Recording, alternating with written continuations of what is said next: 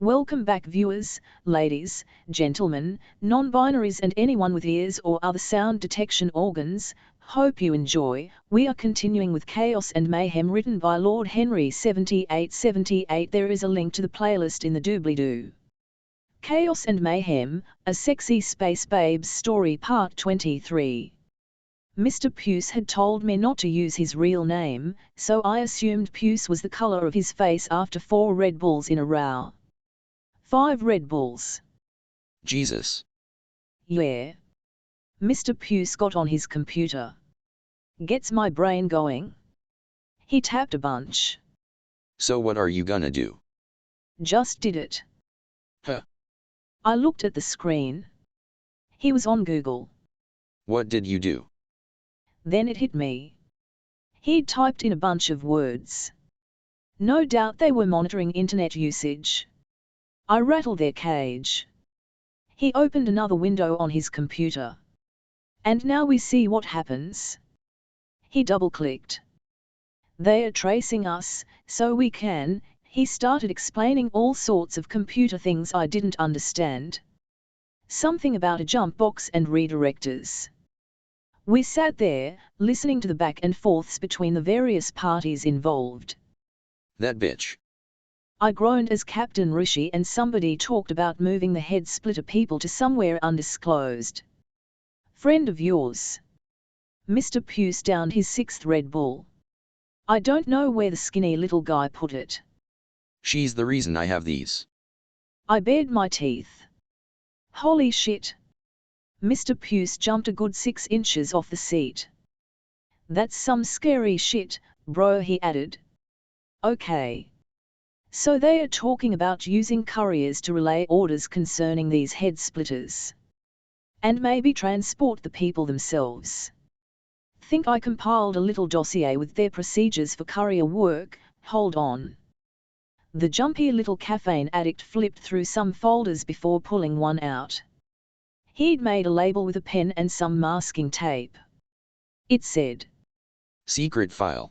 Fuck off. Mr. Puce had another Red Bull. They can't trace paper, he added as I opened the folder. Okay, so apparently the Shilvati turned this kind of thing over to militia normally. With all the local militias scrambling to search for one missing Lyra D. Surrey, according to Captain Rishi, however, they delegated to the local police force. Which meant we had an in, if we could get Uncle Lyle to break his precious law for 5 minutes. Thanks, bud, I owe you one. I got up. There was another engagement I had to get to. You know, I'm just a case of Red Bull away, Mr. Puce added as I left. Once I told Mom my plan, I made a beeline for Beth Sion Synagogue. My talk with our prisoner had shaken me. Up till now I'd been convinced I was doing the right thing. But the talk was rattling around in my head. Anyways, I was just in time for Minyan, so I figured I'd stay for that. Couldn't hurt. Once that was done I found Rabbi Lansky. Somehow, he recognized me instantly. Little Tommy Steinberg. He folded his tallis and hung it up before giving me a hug. It's been so long. Way too long. You seem troubled. Man, Rabbi Lansky didn't miss a thing. If it's a long story, I have the time. Okay then. I told him about everything that had happened since the Shilvati came, meeting Uncle Bill at the bar, the hospital, the assassinations, prison, everything. Now the question is. I took a deep breath. Am I a bad man? A man who has done bad things? Rabbi Lansky appeared ponderous. Sure. Times like these are tough for everybody. But are you, yourself, bad for what you have done? It's not my place to judge. Only God can do that. If you want my professional opinion, though, I'd say he still has some faith in you. What do you? Rabbi Lansky held up a finger. Had God lost faith in the goodness of your soul, would he have guided you back in here? I think that, whatever's happened so far, he knows you can take it. If it's not a test or something, then, what? Religion was the cause of, and answer to, my confusion. I think he's got big plans for you. Oh boy, more responsibility. Was that rude? How about you put that wit to good use and stay for Shabbos? It's about time. Maybe God will help you with your troubles if you answer his invitation, HM. I guess it couldn't hurt. I took a seat in the sanctuary as Rabbi Lansky got started and people filed in. I pulled out the siddur and followed along. We were halfway through the Amidah when a set of hands grabbed me by the shoulders, pulling me out of the pew. It was a standing prayer, so I was thrown off balance. Two hulking Marines, clad in those fancy motorcycle helmets, stood over me. Thomas Steinberg, you are under arrest for acts of. Have you no shame? Somebody yelled. Now, during the Shabbat service, there are a number of prayers with special significance. If you're outside the sanctuary, you wait for these prayers to finish before coming in. These shill weren't just a danger to my health, they were downright offensive. You aren't welcome here. Somebody else added. Get out now. Now. Rabbi Lansky got down off the bimah and walked towards the Marines. Everybody is welcome in the house of the Lord, but he will not tolerate an act like this in his house. Not my religion, one of the shills said. The other was looking around. I am so sorry, the second one said. We didn't realize. She nudged the first one. Rude, she dragged the other out. We'll be waiting outside for the end of the service, okay? Okay, that's fair. Once the shills were gone, Rabbi Lansky turned to me. I suggest you leave out the back door. Noted. I sat back down. Back to the Amidah. Just had the final bit left. It seemed relevant. My God, keep my tongue from evil, and my lips from lies. I will not repeat, will not do it. Lyle snapped. I work with the Shilvati to get the police force reformed, not so you and your brood can use me as some. Benedict Arnold. You turned into Benedict Arnold when you betrayed the human race, Arnold. Barbara sat on the sofa, absent-mindedly oiling her chainsaw. Ever since Tommy had come home earlier and told her what he'd found out, Barbara and Lyle had been arguing back and forth. I have things, word plans. Goals. Things I want to accomplish. Things I can't do with a criminal record, Barbara. I follow the law. Whose law, Lyle? Yours? Or the Shilvati's? Barbara stood up to her full height. Admittedly, it wasn't much. They are the same law, Barbara. I don't know if you understand this, but laws are made for everyone. Lyle went and got a beer from the fridge. I don't think you understand what that means, Lyle. It goes both ways. Everybody is entitled to the protections and freedoms afforded to us by the laws, something we have been systematically denied.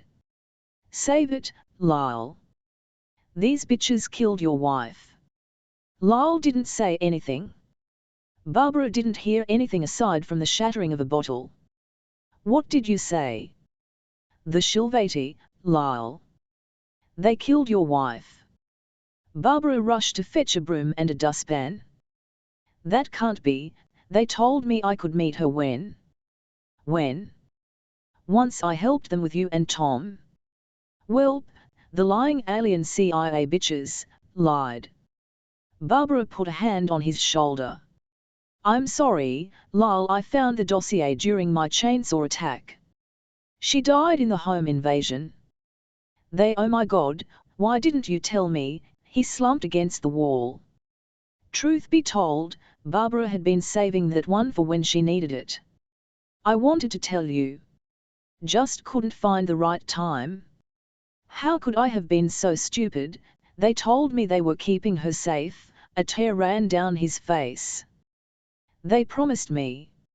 It's okay, Lyle. This is your chance to get back at them. Hell, you aren't even doing anything bad. Barbara came and sat with Lyle. You're just going to see an old friend? Have anything stronger than beer?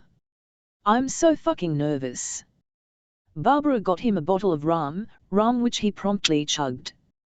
Tommy chose that moment to come home. Jesus, bad time. Fuck it. He came inside. It took a little difficulty, scratch that, a lot of difficulty, but Lyle eventually got back up. No hat. Lyle slurred. Few on shin my rotten arsh life imima do the right thing sh. In not the legal one-ish, the right one-ish, after I sleep the ish off, and he promptly passed out on the bar in the kitchen. Did he down that whole bottle? Tom turned Lyle on his side. Yeah. That was the good stuff too.